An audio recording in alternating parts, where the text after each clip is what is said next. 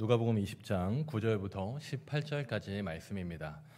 저부터 교독하고 마지막 18절은 합독하겠습니다. 그가 또 이 비유로 백성에게 말씀하시기 시작하시니라. 한 사람이 포도원을 만들어 농부들에게 새로 주고 타국에 가서 오래 있다가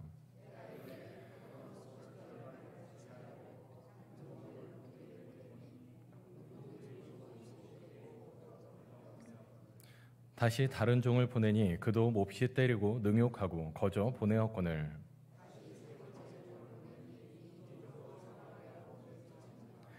포도원 주인이 이르되 어찌할까 내 사랑하는 아들을 보내리니 그들이 혹 그는 존대하리라 하였더니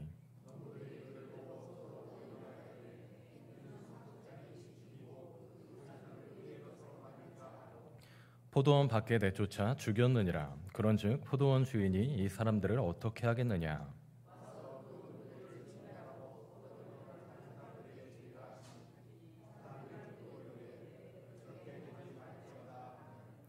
그들을 보시며 이르시되 그러면 기록된 바 건축자들의 버린 돌이 모퉁이의 머릿돌이 되었느니라 함이 어찌미냐. 무릇 이 돌 위에 떨어지는 자는 깨어지겠고 이 돌이 사람 위에 떨어지면 그를 가루로 만들어 흩으리라 하시니라. 아멘. 오늘도 이 수요 예배 자리에 나오신 우리 성도님들을 주님의 이름으로 한 분 한 분 축복하며 주님이 주시는 은혜가 가득 넘치는 예배 시간 보내는 우리 성도님들 되시기를 소망합니다. 오늘 말씀은 참 심오한 말씀입니다. 그 심오함을 살펴보기 위하여 우리는 앞선 본문의 내용을 먼저 살필 때 오늘 본문 말씀이 어떠한 심오한 의미를 가지고 있는지 조금 더 명확하게 파악해 볼 수 있습니다.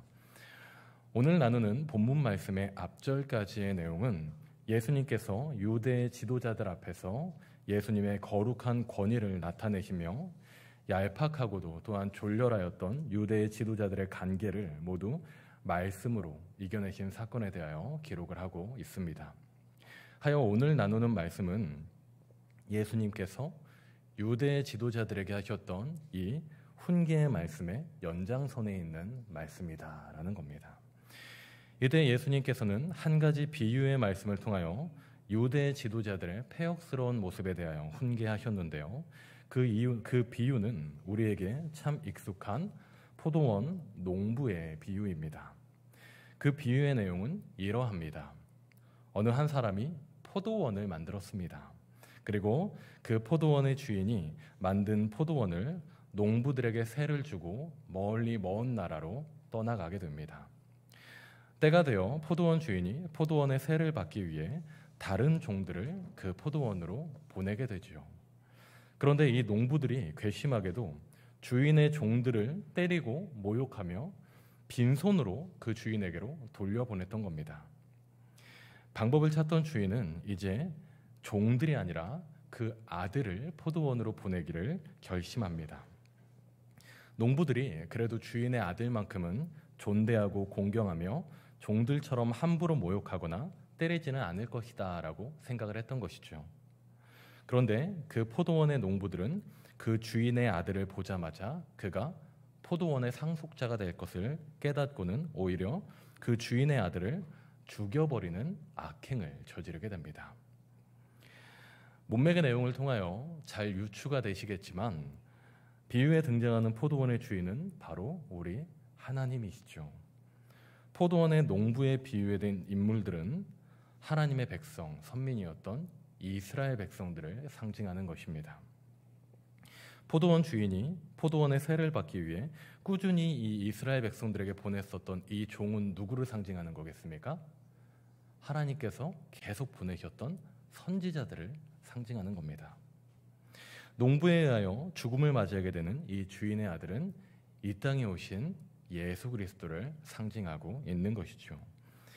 예수님께서는 이 비유의 말씀을 통하여서 이스라엘의 현 상황을 통찰하셨고 또한 유대 지도자들이 모략하는 예수 그리스도의 죽음까지도 예견하고 계셨다라는 것을 우리는 말씀을 통하여 살펴볼 수 있습니다.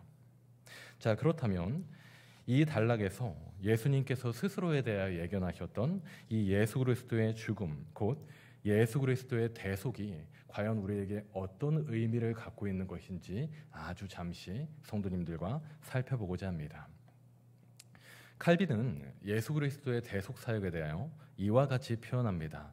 우리가 한 목소리로 같이 읽어보도록 하겠습니다. 시작. 예수 그리스도의 대속은 그리스도 안에서 그리스도로 인하여 우리를 하나님과 화목하게 하시는 하나님의 사랑이다. 감사합니다. 자, 그렇기에 이와 같은 예수 그리스도의 십자가 대속 사역의 그 근간은 무엇입니까? 그 시작점은 무엇입니까? 바로 우리 신자들을 향한 값없이 주시는 하나님의 무한하신 사랑에 비롯한 것이다 라는 것을 우리는 깨달을 수 있는 것입니다. 우리의 어떠한 공로가 아니라 우리의 어떠한 대가가 있는 것이 아니라 오직 하나님의 사랑에 근거한 구속이며 은혜이기 때문에 우리는 이를 거시한적인 관점 하에 우리의 구속, 곧 우리의 구원은 오로지 하나님께서 우리에게 선사하신 은혜이다라고 선언하며 거시한적인 관점 하에 이러한 모든 대속의 사건과 이를 통하여 누리는 모든 은혜를 하나님이 주시는 은혜 언약이다라는 이름으로 부르고 있습니다. 오늘 이 말씀을 기억하며 우리를 사랑하사 구원의 길을 예비하신 성부 하나님, 그리고 그 구원의 길을 한치의 오차도 없이 성취해 주신 성자 예수 그리스도로 인한 구속의 은혜에 더욱 감사하며 그 사랑이 바로 나를 향해 있다라는 것에 대한 큰 기쁨으로 우리의 삶의 자리에 행복하게 나아가시는 우리 성도님들이 될 수 있기를 주님의 이름으로 축복합니다. 이어지는 예수님의 가르침 또한 참 의미가 깊습니다. 바로 본문의 16절 말씀이죠. 본문의 16절을 우리가 다시 한번 한 목소리로 합독하도록 하겠습니다. 시작. 와서 그 농부들을 진멸하고 포도원을 다른 사람들에게 주리라 하시니 사람들이 듣고 이르되 그렇게 되지 말아지이다 하거늘. 아멘. 방금 읽은 말씀은 아들을 잃은 주인이 다시 포도원으로 온 후의 사건들을 기록하고 있습니다. 아들을 잃은 주인이 곧 포도원에 다시 올 때 그 포도원의 종들을 때리고 모욕하며 심지어 아들까지 죽였었던 그 농부들을 모두 진멸하고 그 포도원을 다른 사람들에게 줄 것이다 라고 말씀하고 있습니다. 자, 이것은 어떤 의미를 갖고 있는 것일까요? 포도원의 주인이 다시 그 포도원으로 돌아왔을 때 그 종들을 죽이고 아들을 죽인 그 농부들을 진멸하고 그 포도원 자체를 그 농부들이 아니라 다른 이들에게 주겠다라고 이야기를 하는 겁니다. 자, 이것이 어떤 의미를 갖고 있는 것일까요? 해당 본문과 평행 본문을 이루는 마태복음의 말씀에서는 이때 포도원을 새롭게 상속받는 이 다른 사람들을 곧 오늘날의 교회다라고 설명합니다. 그렇다면 이와 같은 내용을 통해 해당 말씀 16절을 이해할 때 주인이신 하나님께서 주시는 놀라운 은혜가 구약에 계시되었던 택한 선민이었던 이스라엘뿐만이 아니라 그의 아들 예수 그리스도로 인하여 구원을 성취하게 되는, 구원을 약속받게 되는 오늘날의 교회, 바로 신자들의 삶이 곧 하나님께서 예비하신 놀라운 은혜, 곧 무한하신 하나님의 사랑에 기준한 예수 그리스도의 대속 사역 안에서 영원한 천국에서의 영광을 누리는 삶이 될 것임에 대하여 알려주고 있는 것입니다. 택한 백성 선민 이스라엘뿐만 아니라 예수 그리스도로 인하여 그 구원의 은혜를 누리는 오늘날의 신자들이 하나님 나라의 영광을 누리는 은혜를 체험하게 될 것이다. 그 은혜가 바로 우리 신자들에게 있다라는 것을 알려주고 있는 말씀인 겁니다. 정리하여 첫 번째, 해당 본문에 기록된 이 포도원의 비유는 예수 그리스도로 인한 대속의 은혜를 누리는 우리 신자들이 곧 오늘날의 교회가 되어 하나님이 주시는 놀라운 은혜, 곧 영원한 나라에서의 영광에 참여하는 삶이 될 것임에 대하여 알리는 것이 바로 이 말씀이 우리에게 주지 않은 바이다라는 것을 강권할 수 있는 것이죠. 사랑하는 여러분, 이 핵심을 잘 기억하여 주시기 바랍니다. 예수 그리스도로 인하여 신자가 곧 교회가 되어 거룩한 하나님 나라의 영광에 동참하게 된다는 겁니다. 예수 그리스도로 인하여 신자가 곧 교회가 된다. 예수님께서는 이어서 두 번째로 모퉁이 돌에 대한 비유의 말씀을 전하셨습니다. 그것은 곧 이어지는 17절에 이르기를 건축자들이 버린 돌이 모퉁이의 기준석이 된다라는 말씀입니다. 함께 이어지는 17절을 우리가 한 목소리로 같이 봉독하도록 하겠습니다. 시작. 그들을 보시며 이르시되 기록된 바 건축자들의 버린 돌이 모퉁이의 머릿돌이 되었느니라 함이 어찌미냐. 아멘. 해당 비유의 건축자들이란 유대 지도자들을 의미하는 것입니다. 그리고 그들이 버린 돌은 예수님 스스로에 대한 비유입니다. 유대 지도자들은 곧 예수님을 버리고 죽음에 이르게 만들었지만 그 예수 그리스도의 죽으심이 모퉁이의 기준석이 된다. 바로 교회의 기준석이 될 것이다 라는 것을 알리고 계신 것입니다. 그렇다면 앞선 일대지의 내용과 연계하여 한번 생각을 해보실까요? 예수 그리스도로 인한 대속의 은혜를 누리는 우리 신자가 곧 교회가 된다라고 말씀드렸습니다. 그렇다면 교회의 기준, 곧 신자의 삶의 기준은 무엇입니까? 바로 교회의 기준 되시는 예수 그리스도께서 우리 신자들의 삶의 기준이 된다라는 것을 연계하여 확언할 수 있는 것입니다. 저는 해당 말씀을 준비하며 학창시절 때 운동회를 했던 기억이 많이 났습니다. 운동회를 하다 보면은 이 줄을 맞춰 서거나 아니면은 그 열에 맞추어서 서야 할 때가 있지요.